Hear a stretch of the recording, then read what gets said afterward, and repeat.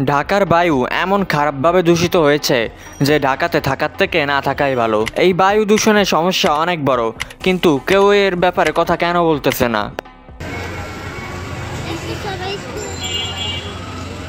আপনার কাছে যদি বায়ু দূষণটি ছোট্ট ব্যাপার মনে হয়ে থাকে তাহলে শুনে নিন, এই বায়ু দূষণের ফলে শ্বাসকষ্ট, অ্যাজমা, নিউমোনিয়া, হার্ট প্রবলেম ইত্যাদি আরও ভয়ানক থেকে ভয়ানক সমস্যা হতে পারে। মানে আপনি যদি সিগারেট খান তারপরেও আপনি স্বাস্থ্যবান ঢাকাতে থাকা মানুষদের থেকে। আমাদের দেশে বহু সমস্যা আছে, অনেক বড় বড় সমস্যা আছে। তাদের মধ্যে একটি হচ্ছে এয়ার পলিউশন। এই ব্যাড এয়ারের জন্য প্রতি বছর আমাদের দেশে শত শত মানুষ মারা যায় ও হাজার হাজার মানুষ, বিশেষ করে বাচ্চারা, হাসপাতালে ভর্তি হয়। তাই আজকের ভিডিওতে থাকছে যে কে বায়ু দূষণের জন্য দায়ী, কে এই বায়ু দূষণের জন্য সবচেয়ে বেশি ক্ষতিগ্রস্ত হবে, কোথায় কোথায় বায়ু দূষণের প্রভাব সবচেয়ে বেশি, কিভাবে এয়ার পলিউশন আমাদের শরীরে ক্ষতি করছে ও কিভাবে এই বায়ু দূষণ কমানো সম্ভব। দেখুন, এই বায়ু দূষণ নতুন কোনো ব্যাপার না।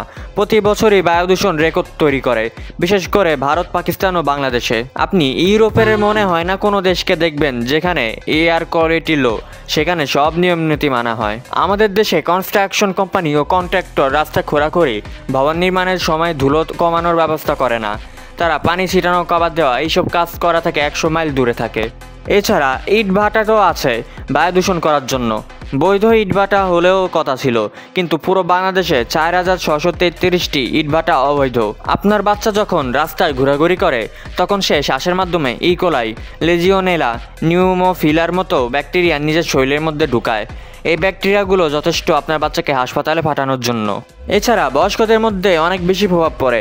আপনি যুবক, গায়ে শক্তি আছে, তাই এত তাড়াতাড়ি টের পাবেন না, কিন্তু আপনার বয়স যদি 40 হয় তাহলে আপনাকে দেখে মনে হবে 60-65 বছর, কারণ ব্যাড এয়ার কোয়ালিটি। এখন আপনি বলবেন, আমার তো কোনো কিছুই হচ্ছে না, 3-4 বছর অপেক্ষা করুন, হাসপাতালের বিল আপনার কাছে আসবে ও আপনার পকেট খালি করে দিবে। আপনি জেনে নিলেন কে এর জন্য দায়ী, কাদের উপর এর প্রভাব বেশি পড়বে, কিন্তু আপনি এটা জানলেন না ঢাকার কোথায় কোথায় বায়ু দূষণের পরিমাণ সবচেয়ে বেশি। প্রথমত তেজগাঁও, শাহবাগ, মিরপুর, এইসব জায়গায় আপনি যত বেশি থাকবেন উপরে যাওয়ার টিকিট আপনার কাছে তত তাড়াতাড়ি আসবে।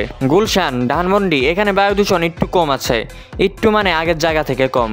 এছাড়াও পার্লামেন্টের আশেপাশে ও বায়ু দূষণ দেখা যায়। এই বায়ু দূষণের সমাধানের ব্যাপারে বলার আগে এটা জেনে নিন যে আসলে এই বায়ু দূষণ আমাদের ক্ষতি করে কিভাবে। আসলে ব্যাড এয়ারে থাকা ব্যাকটেরিয়া এত ছোট যে এটি আমাদের ফুসফুসের গভীরে প্রবেশ করতে পারে ও রক্তে মিশে যায়।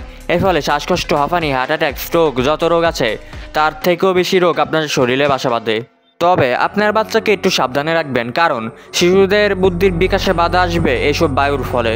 এই ভিডিওটি দেখে ভয় পাবেন না, এই ভিডিওটি শুধুমাত্র আপনাকে সতর্ক করার জন্য বানানো হয়েছে। এখন আসি সমাধানে। আপনি যদি টাকাওয়ালা হন, মানে আপনার কাছে যদি অনেক টাকা থাকে, তাহলে আপনি এয়ার পিউরিফায়ার ব্যবহার করুন, গাছ লাগান। তাছাড়া সরকারের উচিত পুরনো যানবাহন বন্ধ করা, অবৈধ ইটভাটা বন্ধ করা, কনস্ট্রাকশন কাজে আইন কঠোরভাবে পালন করা, আরও অনেকভাবে পরিবেশ ও বায়ু দূষণ কমানো যায়। আজকের এই ভিডিওটি এখানেই শেষ করলাম, দেখা হবে পরের ভিডিওতে।